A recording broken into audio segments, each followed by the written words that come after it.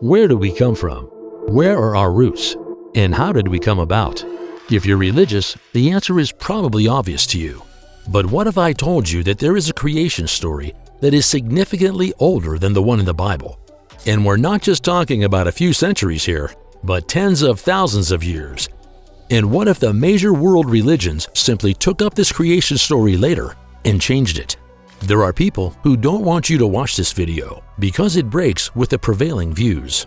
Thou shalt not know that Adam was not the first man. The book of Genesis states, "And God created man in his own image. In the image of God created he, him, male and female, created he them." And further, "Then the Lord God formed man of the dust of the ground, and breathed into his nostrils the breath of life. So man became a living being." The situation is very similar in the Quran. We read in Surah 23, "We created man from an extract of clay." Now, it is in the nature of things that less religious people cannot make much sense of such creation myths. The idea that man emerged from a lump of earth to which the divine breath of life was then breathed seems too unimaginable. Zecharia Sitchin was also one of those people who rejected the biblical story of creation.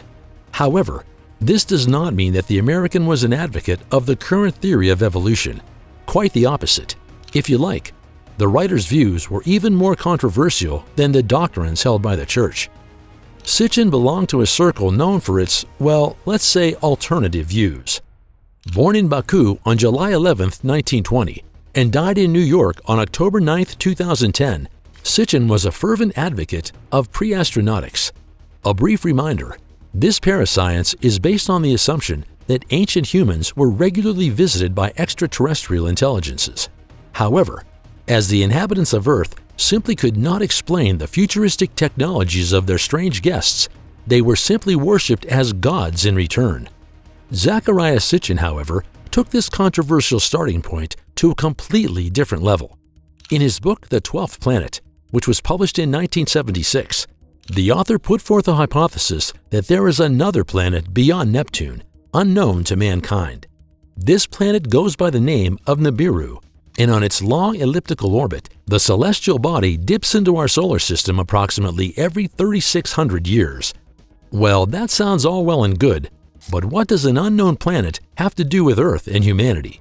Well, quite simply, if you follow Sitchin's thoughts, we and our home planet would not exist at all without Nibiru.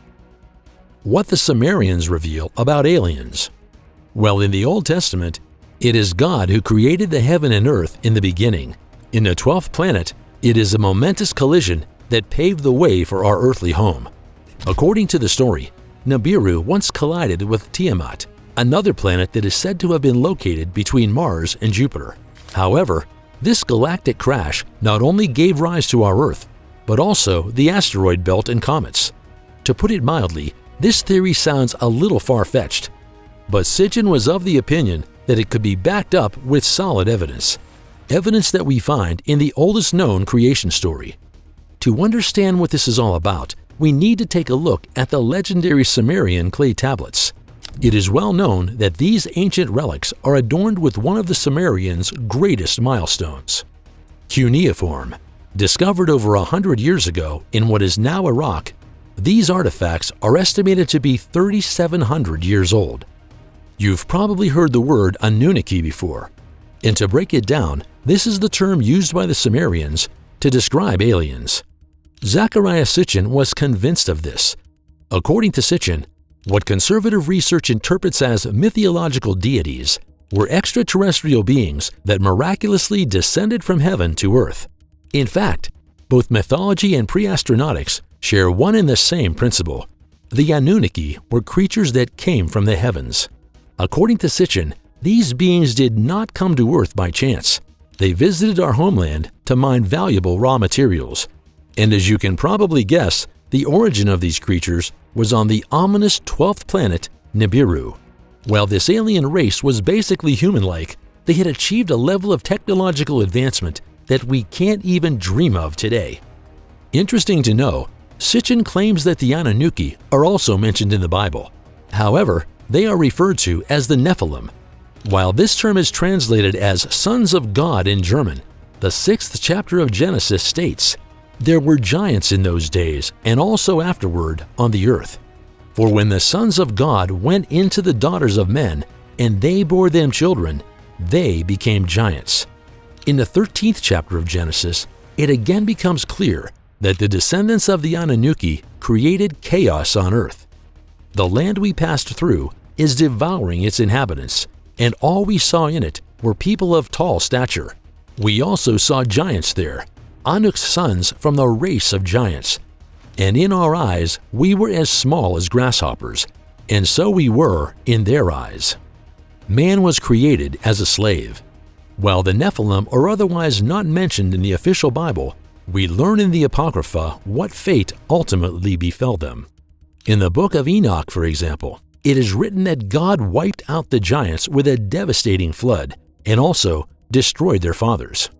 According to Sitchin, however, the story of these creatures was somewhat different. In detail, the Anunnaki once flourished on Nibiru, when the planet was in the inner solar system. 450,000 years before our time, the aliens then discovered valuable raw materials, especially gold, on Earth. The Nibiru inhabitants sent some of their members to the Blue Planet in order to acquire these treasures. Sitchin explained that these supposed deities were in fact nothing more than simple laborers. However, as the mining of the gold was more difficult than expected, and because some of the Anunnaki had already mutinied, one of the aliens had a clever idea. According to Sitchin, Enki, the Sumerian god of water and human culture, suggested creating primitive workers to relieve the Anunnaki. Contrary to what is described in the Holy Scriptures, however, this was not done through a divine creation, but with the help of futuristic genetic engineering. In detail, humans were created by the aliens, crossing extraterrestrial genes with those of Homo erectus. A well-daring thesis, but according to Sitchin, it can be proven by ancient inscriptions.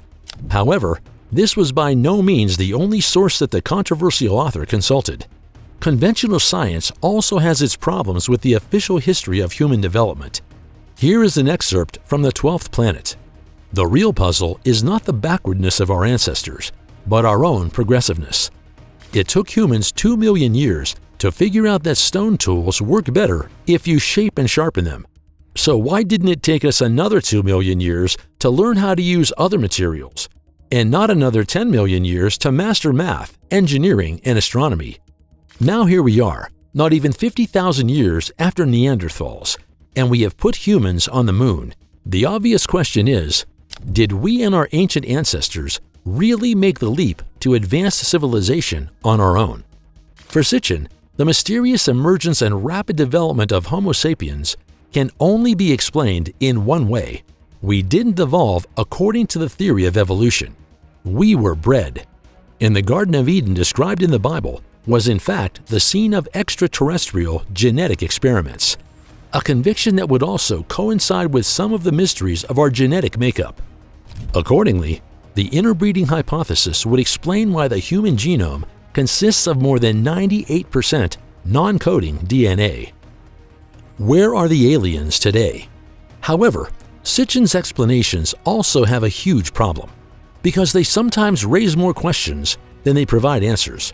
If humans really were created by an extraterrestrial species as labor slaves, why aren't we free today? And above all, why is there no trace of our extraterrestrial creators? Well, one thing at a time. According to Sitchin, ancient writings report that the supposed gods introduced human kinship. From then on, this was to act as a mediator between humanity and the Anunnaki. In this way, the doctrine of the divine right of kings was established, which lasted for thousands of years. To understand what happened next, we need to take another look at the fate of the city Ur. As one of the oldest Sumerian cities, the beginnings of Ur date back to 4000 BC. However, some records speak of an evil wind that destroyed the city around the year 2000 BC. According to Sitchin, however, this is merely a metaphor describing radioactive precipitation. In fact, the Anunnaki are said to have fallen out with each other to such an extent that their conflict escalated into a devastating nuclear war.